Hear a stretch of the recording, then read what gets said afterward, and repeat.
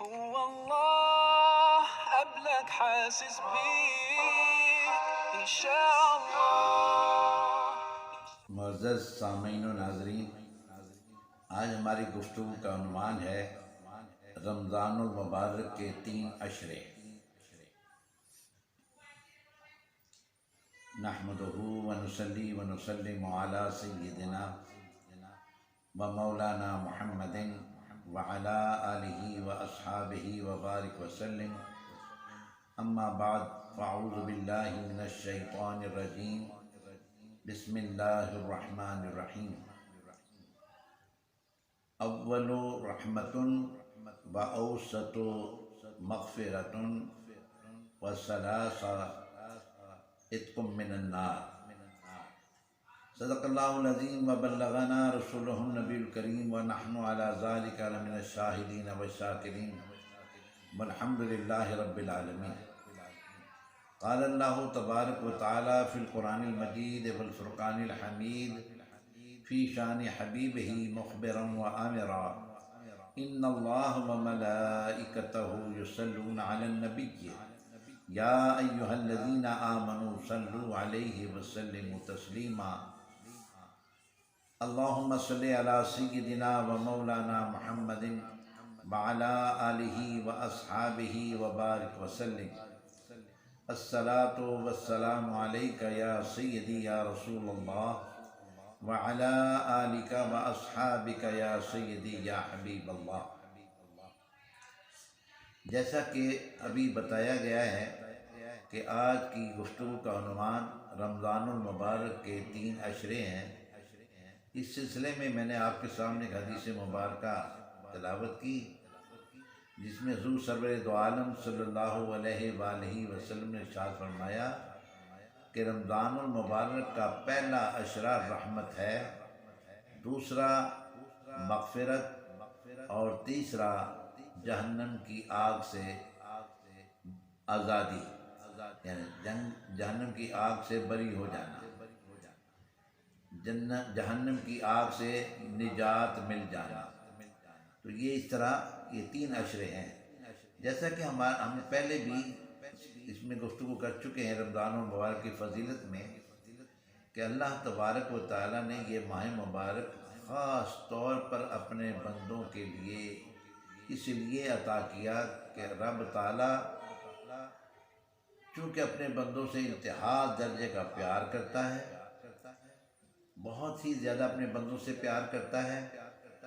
اور اس کی مثال حدیث کی روشنی میں ایسے ہے کہ جیسے ماں اپنی اولاد سے پیار کرتی ہے، اللہ رب العزت 70 ماؤں سے بھی بڑھ کر اپنے بندے سے پیار کرتا ہے۔ تو اللہ تبارک و تعالیٰ نے یہ مہینہ اس لیے عطا کیا کہ میرے بندے اس مہینے میں آ جائیں میری بارگاہ میں، اپنے گناہوں کی معافی مانگ لیں، اس ماہ کے اہتمام کے ساتھ روزے رکھیں، رات کا قیام کریں یعنی نماز تراویح پڑھیں، اور قرآن پاک کی تلاوت کریں۔ اس طرح وہ اس ماہ مبارک کو گزاریں اور میری بارگاہ میں اپنے تمام گناہوں کی معافی چاہیں۔ تو اللہ تبارک و تعالیٰ کا یہ اعلان ہے کہ اس ماہ مبارک میں جو اس طرح خلوص نیت کے ساتھ روزے رکھے گا، اللہ تبارک و تعالیٰ اسے گناہوں سے ایسا پاک فرما دے گا جیسے کہ اس کے کھاتے میں کوئی گناہ ہے ہی نہیں۔ جیسا کہ اللہ تبارک و تعالیٰ نے اپنے مقدس کلام قرآن مجید فرقان حمید میں ارشاد فرمایا، وَمَا يَنطِقُ عَنِ الْهَوَىٰ إِنْ هُوَ إِلَّا وَحْيٌ يُوحَىٰ۔ میرا محبوب تو اپنی مرضی سے کوئی بات کہتا ہی نہیں جب تک کہ میں اس کو وحی نہ کر دوں۔ تو اس آیت مبارکہ کی روشنی میں یہ بات واضح ہو گئی کہ آقا علیہ السلام کے زبان اقدس سے جو بھی کلمات کبھی ادا ہوتے ہیں وہ حقیقت میں اللہ تبارک و تعالیٰ ہی کا کہنا ہے،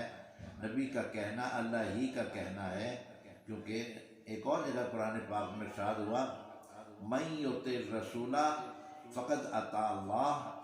تم میرے محبوب کی، میرے رسول کی اطاعت کر لو، ایسا ہی ہے جیسے تم نے اللہ کی اطاعت کر لی۔ تو جب نبی مکرم صلی اللہ علیہ وآلہ وسلم کی اطاعت اللہ تبارک و تعالیٰ کی اطاعت ہوئی تو نبی مکرم صلی اللہ علیہ وآلہ وسلم کی بات اللہ تعالیٰ کی بات کیسے نہیں ہوگی؟ تو میرے عزیز، حدیث مبارکہ جتنی بھی ہیں احادیث ہیں،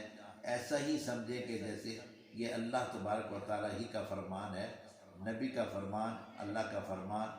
یہ جدا نہیں ہے۔ کیونکہ قرآن پاک بھی حدیث مبارکہ ہے، دیکھا جائے تو قرآن پاک بھی حدیث مبارکہ ہے۔ کیوں؟ نبی پاک صلی اللہ علیہ وآلہ وسلم کے زمان اقدس سے یہ ادا کی گئی۔ قرآن پاک کے جو الفاظ ہیں نبی پاک صلی اللہ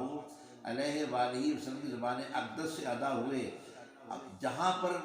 آقا دو جہاں صلی اللہ علیہ وآلہ وسلم نے یہ کہہ دیا، یہ فرما دیا کہ یہ قرآن پاک ہے تو وہ قرآن پاک ہو گیا،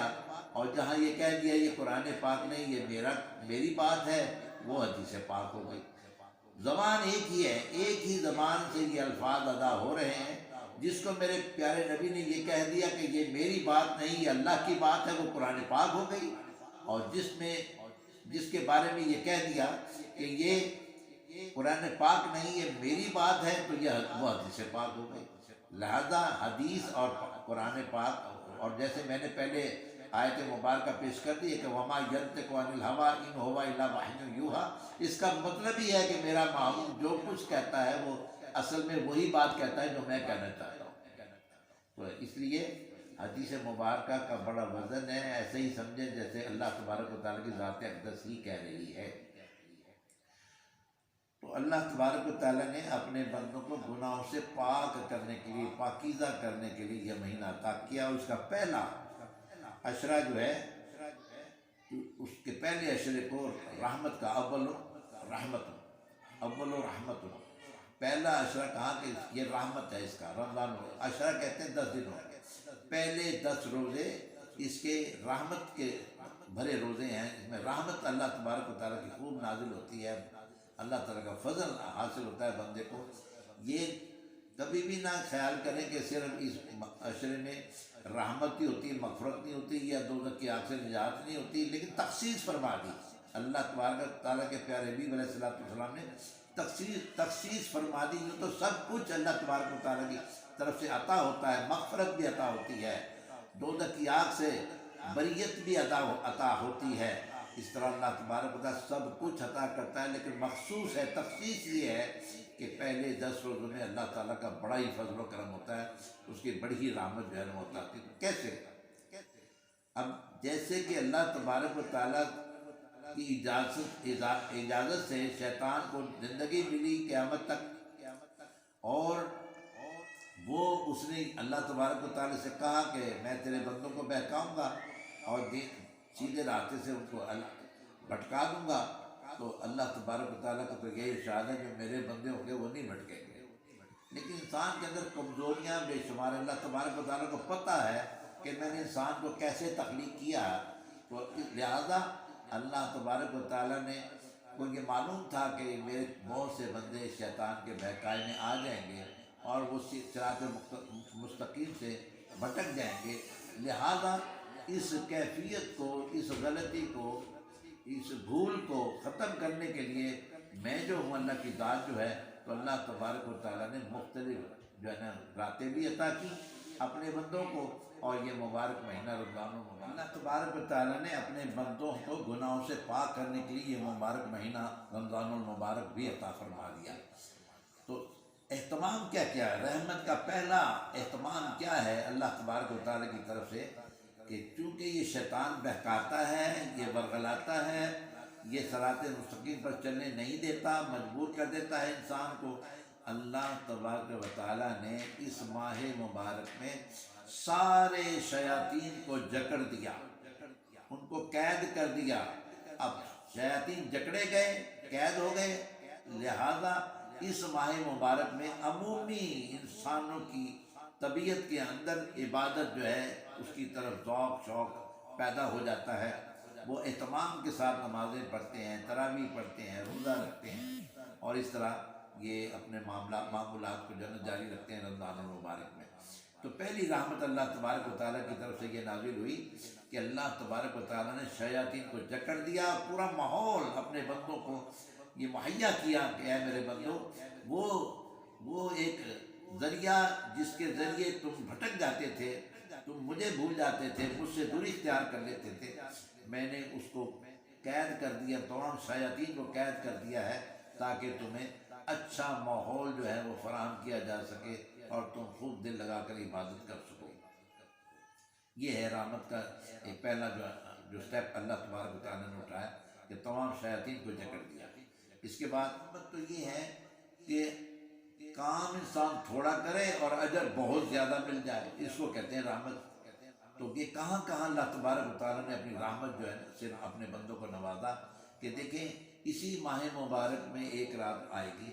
جس کو لیلۃ القدر کہا گیا۔ انشاءاللہ تعالیٰ ہمارا ایک موضوع باقاعدہ اس لیلۃ القدر پر بھی ہوگا ہماری گفتگو، لیکن یہاں پہ میں ضمناً عرض کر رہا ہوں کہ اللہ تبارک و تعالیٰ نے اس ماہ مبارک کے آخری عشرے میں ایک رات بھی ہمیں عطا کی ہے جسے لیلۃ القدر کی رات کہتے ہیں، اور یہ اعتکاف میں بیٹھنے والے پاک راتوں میں تلاش کرتے ہیں، 21ویں رات، 23ویں رات، 25ویں رات، 27ویں رات، 29ویں رات، ان میں سے کسی ایک راتوں میں یہ رات جو ہے نا اعتکاف کرنے والوں کو یہ رات میسر آ جاتی ہے۔ تو اس ایک رات کی عبادت، اور یہ نہیں کہ صرف اعتکاف والوں کے لیے، عام مسلمان بھی اس ایک رات میں، یعنی طاق راتوں میں اگر وہ اعتکاف نہیں بیٹھ سکا کسی مجبوری کی وجہ سے، تو طاق راتوں میں وہ ساری رات عبادت کرے، اور جو لیلۃ القدر ہے جب اس کو یہ نصیب ہو جاتی ہے کہ وہ ہر طاق رات میں عبادت کر رہا ہے، پوری رات اللہ کی عبادت میں مشغول رکھتا ہے اپنے آپ کو، لہذا اس کو لیلۃ القدر نصیب ہو جاتی ہے۔ اور جب یہ یعنی کہ جب یہ لیلۃ القدر نصیب ہو جاتی ہے تو اللہ تبارک و تعالیٰ کی کیا رحمت بندے کو عطا ہوتی ہے۔ اللہ تعالیٰ فرماتا ہے کہ تو نے ایک رات عبادت کی ہے، میں نے تجھے آج 1000 مہینوں سے بھی زیادہ کی عبادت کا ثواب عطا کر دیا۔ یہ ہے اللہ رب العزت کی رحمت بندے کے اوپر کہ ایک رات کی عبادت ہو رہی ہے اور 1000 مہینوں سے بھی زیادہ کا ثواب جو ہے اللہ تبارک و تعالیٰ عطا فرما رہا ہے۔ اور اسی طرح اور اپنے بندے پر کیا رحمت اللہ تعالیٰ فرماتا ہے۔ انسان کے لیے جہاں فرائض کا بیان آتا ہے تو نماز ہے، روزہ ہے، حج ہے، زکوٰۃ ہے۔ تو نماز اور روزہ تو ہر غریب اور امیر سب رکھ سکتے ہیں، نماز پڑھی جا سکتی ہے، روزہ رکھا جا سکتا ہے، لیکن زکوٰۃ کی ادائیگی اور حج کی ادائیگی تو عام آدمی نہیں کر سکتا، یہ وہی شخص کر سکتا ہے جو صاحب حیثیت ہو، جس کے پاس اتنا مال و اسباب ہو کہ وہ اپنے گھر والوں کے لیے اتنا عرصے کا سارا خرچہ جو ہے، اس کا سارا راشن پانی جو ہے وہ دے کر جا سکنے کی پوزیشن میں ہو، اور اتنا پیسہ وہ دے کے جا سکنے کی پوزیشن میں ہو جتنا عرصہ وہ حج کے ایام میں گزارے گا۔ یعنی کہ ہمارے پاکستان سے جتنے بھی لوگ جاتے ہیں وہ تقریباً 40 ایام جو ہے 40 روز گزارتے ہیں حج کے موقع پر، تو لہذا 40 روز کا نان و نفقہ وہ اپنے اہل خانہ کو دے کر اگر جا سکنے کی پوزیشن میں ہے تو وہی حج کر سکتا ہے۔ لیکن یہاں دیکھیں اللہ تبارک و تعالیٰ نے یہاں بھی ہر بندے کو حج جو ہے اس سے نواز دیا۔ کیسے کہ حدیث مبارکہ ہے، نبی مکرم صلی اللہ علیہ وآلہ وسلم نے فرمایا، جو بھی ایمان والا اپنے والدین دونوں، باپ اور ماں دونوں یا دونوں میں سے ایک جو بھی اس کے پاس موجود ہو، صبح اٹھ کے محبت سے ایک نظر ان کے چہرے کی طرف ڈالے، اللہ تبارک و تعالیٰ اسے مقبول حج کا ثواب عطا فرما دیتا ہے۔ اللہ تبارک و تعالیٰ اسے مقبول حج کا ثواب عطا فرما دیتا ہے۔ یہ ہے اللہ کی رحمت کہ اگر ایک بندے کے پاس خرچہ نہیں ہے، اتنی مال و دولت نہیں ہے کہ وہ حج پر جا سکے، اور دیکھیں یہاں میں ایک بات اور نقطہ بیان کرتا چلوں کہ جو حج پر جاتا ہے مال و اسباب خرچ کر کے، اس کا حج قبول ہوا نہیں ہوا یہ اس کو معلوم نہیں، کیونکہ قبول کرنے والی تو اللہ کی ذات ہے، وہ بے نیاز ذات ہے۔ ہمارا کام تو فرائض کی ادائیگی ہے، ہمارا کام فرائض کی ادائیگی ہے، اس کو قبول کرنا نہ کرنا یہ اللہ تبارک و تعالیٰ اس کا مالک ہے، وہ کرے یا نہ کرے۔ تو لیکن اپنے والدین، اولاد اگر اپنے والدین کے چہرے پر محبت کی نظر ڈالے گی تو اللہ تبارک و تعالیٰ مقبول حج کا ثواب عطا فرمائے گا۔ اس کو وہ حج ملا ہے جو مقبول ہے، حج پر جانے والے کو وہ حج ملا ہے جس کا پتہ نہیں کہ قبول ہے یا نہیں۔ لیکن اولاد اگر اپنے والدین کی طرف محبت کی نظر سے دیکھتی ہے، اللہ یہ رحمت کاملہ عطا فرماتا ہے اپنے بندوں کو کہ مقبول حج کا ثواب عطا فرما دیتا ہے۔ اسی طرح اللہ تبارک و تعالیٰ نے اور کیسے رحمت فرمائی، یہ میں ابھی رحمت کی ڈیفینیشن جو ہے نا وہ کر رہا ہوں، رحمت کی تعریف بیان کر رہا ہوں کہ اللہ کی رحمت ہوتی کیا ہے، کیسے کیسے اللہ تبارک و تعالیٰ رحمت سے نوازتا ہے۔ تو کسی ایک شخص بیمار ہے، اس بیمار کی تیمارداری کرنے والا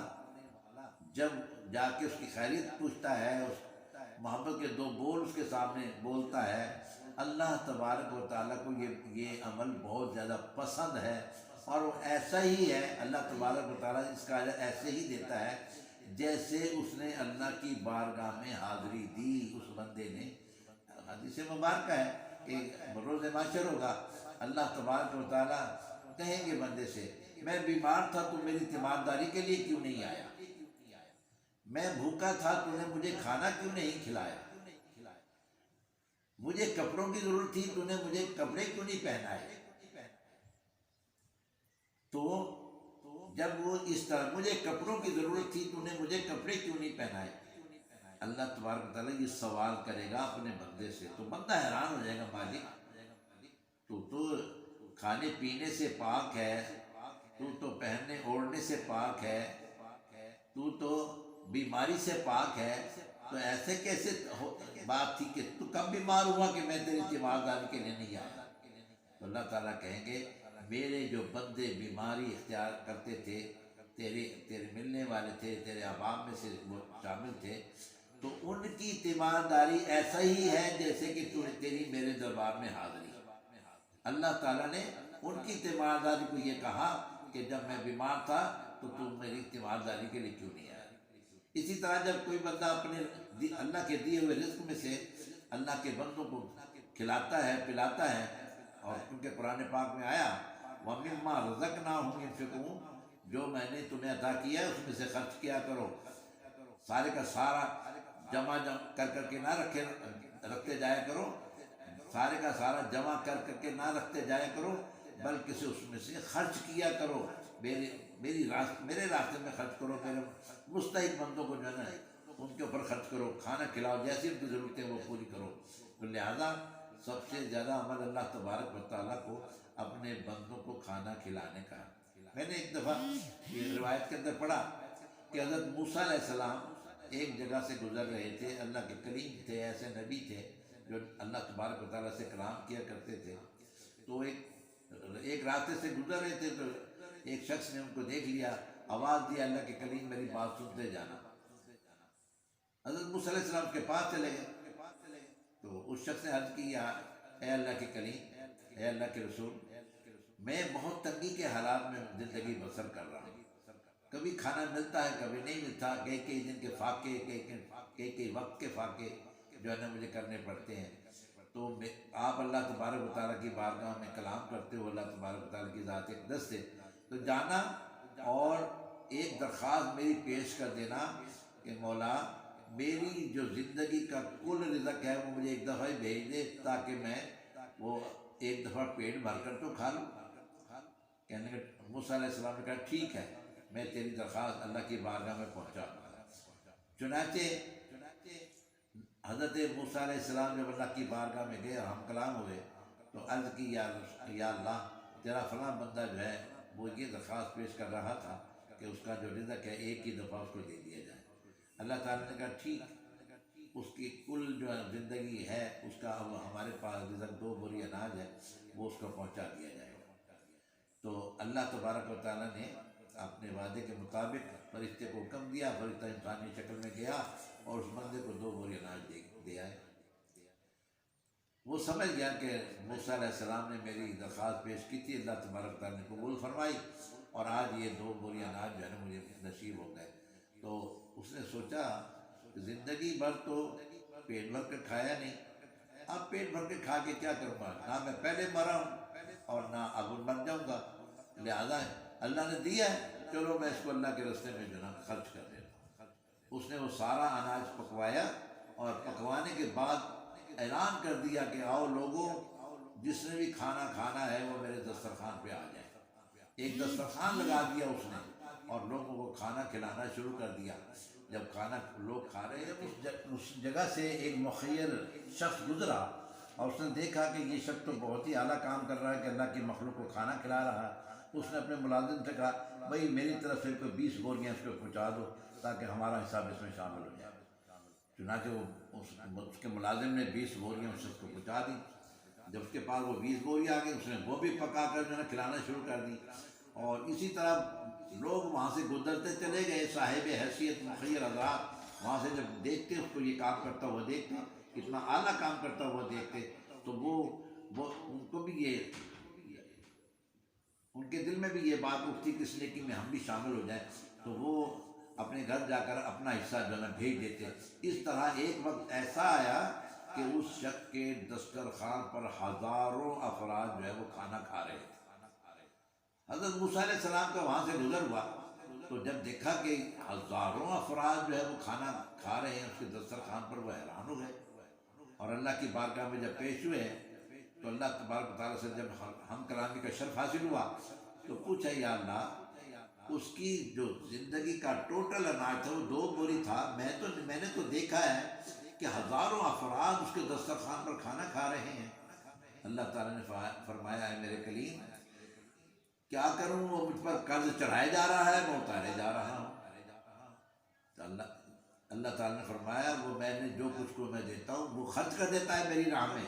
میرے پر قرض چڑھا دیتا ہے، تو لہذا میں نے تو وعدہ کیا ہوا کہ 10 دنیا 70 آخرت، 10 گنا دنیا میں دوں گا اور 70 گنا میں آخرت میں بندے کو عطا کروں گا، تو لہذا اور اس سے بھی زیادہ، تو لہذا وہ دیے میری راہ میں خرچ کیے جا رہا ہے اور میں اس کو عطا کیے جا رہا ہوں۔ تو یہ ہے اللہ تبارک و تعالیٰ اگر اس کے راہ میں اس کے راستے میں کوئی خرچ کرتا ہے، وہ کسی بھی نوعیت کا خرچہ ہو، اللہ تبارک و تعالیٰ اس کو ضائع نہیں ہونے دیتا، اس کو کم نہیں ہونے دیتا، بلکہ اپنے وعدے کے مطابق 10 گنا دنیا میں عطا کرتا ہے، بلکہ اس سے بھی زیادہ، 10 گنا یا اس سے بھی زیادہ، اور آخرت میں تو انشاءاللہ 70 گنا یا اس سے بھی زیادہ، جیسے اس کی شان ہے وہ اپنے شان کے مطابق عطا کرے گا۔ تو یہ ہے کہ اللہ تبارک و تعالیٰ کھانے کھلانے والے کو بھی اس طرح جو ہے نا نوازتا ہے، تو لہذا یہ جب سوال کرے گا نا اللہ تبارک و تعالیٰ کہ میں بھوکا تھا تو نے کھانا کیوں نہیں کھلایا، تو بندہ یہی کہے گا مولا تجھے کھانے پینے سے پاک ہے، تو اللہ تعالیٰ نے کہا جو میرے بندے بھوکے تھے وہ ایسے ہی تھے، ان کو کھانا کھلانا جیسے کہ میری بارگاہ میں جو ہے نا اپنا ثواب پیش کرنا ہے، میری بارگاہ میں حاضری کا شرف حاصل کرنا ہے، تو اس طرح اللہ تبارک و تعالیٰ نے کھانا کھلانے والوں کے بارے میں بھی یہ رحمت ہے اللہ تبارک و تعالیٰ کی کہ وہ کوئی کھانا کھلا رہا ہے تو اللہ تعالیٰ اسی سے بخشش فرما رہا ہے، کوئی بیمار کی تیمارداری کرنے آ رہا ہے اللہ تعالیٰ اسی سے اس کی بخشش فرما رہا ہے، کوئی کسی کو کپڑے پہنا رہا ہے تو اللہ تبارک و تعالیٰ اس عمل سے ہی اس کی بخشش فرما رہا ہے۔ باہر اللہ تبارک و تعالیٰ اپنے بندوں سے چونکہ بے انتہا محبت کرتا ہے، لہذا وہ نہیں چاہتا کہ میرے محبوب کا کوئی امتی جو ہے وہ دوزخ میں جائے، لہذا وہ اپنے تمام اپنے محبوب کے امتیوں کو اللہ تبارک و تعالیٰ جنت عطا کرنے کے لیے ان کو موقع فراہم کرتا ہے۔ بد نصیب ہیں وہ لوگ جو اتنی مہربانیوں کے باوجود بھی اللہ تعالیٰ نے دولت دیتا ہے وہ اللہ کی راہ میں خرچ نہیں کرتے، وہ زکوٰۃ کی ادائیگی نہیں کرتے۔ کئی لوگ جو کہ بڑے صاحب حیثیت ہوتے ہیں، بڑے پیسے والے ہوتے ہیں، وہ ساری زندگی گزار دیتے ہیں، حج پر نہیں جاتے، یہ بدقسمتی ہے ایسے لوگوں کی۔ اور جن کو رمضان المبارک کی زندگی میں نصیب ہوتا ہے اور وہ اس سے فائدہ نہیں اٹھاتے، اس کی عزت آبرو نہیں کرتے، تو برباد ہو جائیں گے۔ کیونکہ میں نے پہلے بھی کئی بیان میں یہ حدیث پاک بیان کر چکا ہوں کہ جس کی زندگی میں جبرائیل علیہ السلام نے یہ دعا کی تھی کہ جس کی زندگی میں رمضان المبارک آئے اور وہ اس میں عبادتیں کر کے رب تعالیٰ کو خوش نہ کر لے اور اپنی بخشش کا سامان نہ پیدا کر لے، اپنے جنت کا حقدار نہ ٹھہرا دیا جائے، تو وہ برباد ہو جائے۔ نبی پاک صلی اللہ علیہ وآلہ وسلم نے اس دعا پر آمین کہا ہوا ہے۔ اب اندازہ لگا لیں کہ کوئی بچت کا راستہ رہ جاتا ہے؟ قطعاً نہیں رہتا۔ دعا کرنے والے جبرائیل علیہ السلام ہوں اور آمین کہنے والے امام الانبیاء ہوں، تو کیسے انسان کا پھر کیسے بچت ہو سکتی ہے، کیسے چھٹکارا ہو سکتا ہے؟ اللہ تبارک و تعالیٰ سب ان مسلمانوں کو جو ابھی اس طرف نہیں آ رہے ان کو بھی عمل کی توفیق عطا فرما دے۔ جہاں تک اللہ تبارک و تعالیٰ اپنے بندوں پر مہربان ہوتا ہے، نبی پاک صلی اللہ علیہ وآلہ وسلم نے فرمایا اگر کسی نے راستے سے کوئی رکاوٹ جو پڑی ہوئی تھی، کوئی پتھر پڑا ہوا تھا، کوئی اور چیز پڑی ہوئی تھی، اس کو ہٹا دی، راستے کو صاف کر دیا، اللہ تبارک و تعالیٰ اس پر بھی اتنا مہربان ہوتا ہے کہ اس کی بخشش فرمانے تو اللہ تعالیٰ اس عمل پر بھی اتنا مہربان ہوتا ہے کہ اس کی بخشش فرما دیتا ہے۔ یہ ہے اللہ تبارک و تعالیٰ کی رحمت اور یہ ہے فضل کہ کس طرح وہ رحیم و کریم ہوتا ہے۔ یہ تو عام دنوں میں بھی یہ اعمال کرنے والوں پر اللہ تبارک و تعالیٰ اپنا فضل و کرم فرماتا ہے۔ چہ جائے کہ وہ مہینہ اور وہ عشرہ جس کو آقا علیہ السلام نے رحمت کہہ دیا ہو، اس عشرے میں کوئی انسان نیکی کرے تو اس کا اللہ تبارک و تعالیٰ کتنی رحمتیں اس کو دے گا، کتنا فضل پر فرمائے گا، اس کا تو کوئی اندازہ لگا ہی نہیں سکتا۔ اسی طرح راستوں کو روشن کرنے والے کو بھی اللہ تبارک و تعالیٰ اپنی رحمت سے نوازتا ہے۔ کوئی جو بھی اپنے یعنی کہ رات کے وقت گزر ہوتا ہے، لوگوں کا گزرنا ہوتا ہے، اگر کوئی شخص باہر کوئی بلب لگا دیتا ہے، اس راستے کو روشن کر دیتا ہے، اللہ تبارک و تعالیٰ راستے کو روشن کرنے والے سے بہت خوش ہوتا ہے اور اس کی رحمت برکتیں اس کی طرف آتی ہیں، اس کا فضل اس بندے کی طرف آتا ہے جو راستے کو روشن کرتا ہے، اور اللہ تبارک و تعالیٰ کے فضل و کرم سے وہ اللہ کی رحمت کا جو ہے نا حقدار ٹھہرا دیا جاتا ہے، اللہ تعالیٰ کی رحمت سے نواز دیا جاتا ہے، اور اس طرح وہ اپنے سارے گناہوں کو بخشوا دیتا ہے۔ یہ چھوٹے چھوٹے اعمال کر کے جو انسان اتنا کچھ حاصل کر لیتا ہے کہ اس کے وہم و گمان میں بھی یہ باتیں نہیں آ سکتی۔ اسی طرح صلاۃ التسبیح یہ کیسی نماز ہے کہ اس کے بارے میں نبی مکرم صلی اللہ علیہ وآلہ وسلم نے اپنے چچا حضرت عباس رضی اللہ تعالیٰ عنہ سے ارشاد فرمایا کہ اے چچا، میں آپ کو ایک ایسا بننا بتا دوں کہ جس کا بے حساب اجر ہے۔ فرمایا میرے کہ اے عباس، یہ عمل یا تو تم روزانہ کر لیا کرو، اور اگر روزانہ نہیں کر سکتے تو یہ عمل ہفتے میں ایک بار ضرور کر لیا کرو، اور اگر ہفتے میں ایک بار بھی نہیں کر سکتے تو مہینے میں ایک بار ضرور کر لیا کرو، اور اگر مہینے میں بھی ایک بار نہیں کر سکتے تو پھر سال میں ایک بار کر لیا کرو، اور اگر کچھ ایسے وجوہات ہو جائیں کہ سال میں بھی ایک بار نہ کر سکو تو زندگی میں ایک بار ضرور کر لینا۔ کتنی اجر والی یہ بات ہے، کتنے اجر والا یہ عمل ہے کہ نبی پاک صلی اللہ علیہ وآلہ وسلم نے اس قدر جس کی تاکید فرمائی، اور وہ کیا ہے؟ وہ صلاۃ التسبیح ہے۔ صلاۃ التسبیح کیا ہوتی ہے یہ بھی میں آپ کو بتاتا ہوں۔ صلاۃ التسبیح ہوتی ہے 4 رکعت نماز، صلاۃ التسبیح منہ طرف کعبہ شریف کے، عبادت اللہ تعالیٰ کے لیے کہہ کر انسان نیت باندھتا ہے۔ نیت باندھنے کے بعد ثنا پڑھتا ہے اللہ تبارک و تعالیٰ کی ثنا پڑھنے کے بعد 15 مرتبہ سبحان اللہ والحمد للہ ولا الہ الا اللہ واللہ اکبر، سبحان اللہ والحمد للہ ولا الہ الا اللہ واللہ اکبر 15 مرتبہ کہہ کر پھر سورہ فاتحہ کی تلاوت کرتا ہے، پھر اس کے ساتھ کوئی سورت کی تلاوت کرتا ہے ملا کر، پھر جب یہ تلاوت ختم ہو جاتی ہے پھر 10 دفعہ یہی سبحان اللہ والحمد للہ ولا الہ الا اللہ واللہ اکبر، پھر 10 مرتبہ یہ تسبیح پڑھتا ہے، اور اس کے بعد رکوع میں چلا جاتا ہے۔ رکوع کی تسبیح پڑھنے کے بعد پھر 10 مرتبہ یہی تسبیح پڑھے گا سبحان اللہ والحمد للہ ولا الہ الا اللہ واللہ اکبر، اور جب 10 دفعہ مکمل ہو جائے گی پھر کھڑا ہوگا سمع اللہ لمن حمدہ ربنا ولک الحمد کہہ کر کھڑا ہوگا، اور اس قیام میں پھر 10 مرتبہ یہی تسبیح جو ہے بیان کرے گا، پڑھے گا، یہی تسبیح پڑھے گا سبحان اللہ والحمد للہ ولا الہ الا اللہ واللہ اکبر۔ اب یہ 10 مرتبہ پڑھنے کے بعد پہلے سجدے میں چلا جائے گا، اور سجدے میں جانے کے بعد سجدے کی تسبیح پڑھنے کے بعد 3 مرتبہ یا 5 دفعہ یا 7 مرتبہ جیسے اس کی طبیعت اس کو اجازت دے گی، تو یہ سجدے کی تسبیح ادا کرنے کے بعد پھر یہی تسبیح پڑھے گا سبحان اللہ والحمدللہ ولا الہ الا اللہ واللہ اکبر 10 مرتبہ. پھر وہ ایک سجدہ مکمل کر کے بیٹھے گا. اس کو جلسہ کہتے ہیں. جلسے میں بیٹھے گا اور جلسے میں بیٹھنے پر یہ پھر یہی تسبیح بیٹھے بیٹھے سبحان اللہ والحمدللہ ولا الہ الا اللہ واللہ اکبر پڑھے گا اور پھر دوسرے سجدے میں چلا جائے گا. اور دوسرے سجدے میں سجدے کی تسبیحات پڑھنے کے بعد پھر یہی تسبیح سبحان اللہ والحمدللہ ولا الہ الا اللہ واللہ اکبر پڑھے گا. اس کے بعد وہ کھڑا ہو جائے گا دوسری رکعت کے لیے. اب تلاوت سے پہلے پھر اسی طرح 15 مرتبہ پڑھے گا. پھر تلاوت کرے گا. پھر تلاوت کے بعد 10 مرتبہ. پھر رکوع میں 10 مرتبہ. پھر سمع اللہ لمن حمدہ ربنا ولک الحمد کہہ کے جب کھڑا ہوگا پھر 10 مرتبہ. پھر پہلے سجدے میں 10 مرتبہ. پھر جلسے میں 10 مرتبہ اور پھر دوسرے جلسے میں 10 مرتبہ. اس طرح یہ ایک رکعت کے اندر 75 مرتبہ یہ تسبیح پڑھی جائے گی. اور چار یہ رکعت کے اندر یہ 4 رکعت کے اندر 300 مرتبہ یہ تسبیح پڑھی جاتی ہے. اب 2 رکعتیں مکمل کرنے کے بعد پوری اتحیات پڑھے گا پڑھنے والا, نماز پڑھنے والا, یہ تسبیح صلاۃ التسبیح پڑھنے والا 2 رکعتیں پڑھنے کے بعد پوری اتحیات پڑھے گا یوم یقوم الحساب تک. سلام نہیں پھیرے گا. سلام پھیرے بغیر پھر تیسری رکعت کے لیے جب کھڑا ہوگا تو پھر ثنا سے شروع کرے گا. سبحانک اللہم وبحمدک وتبارک اسمک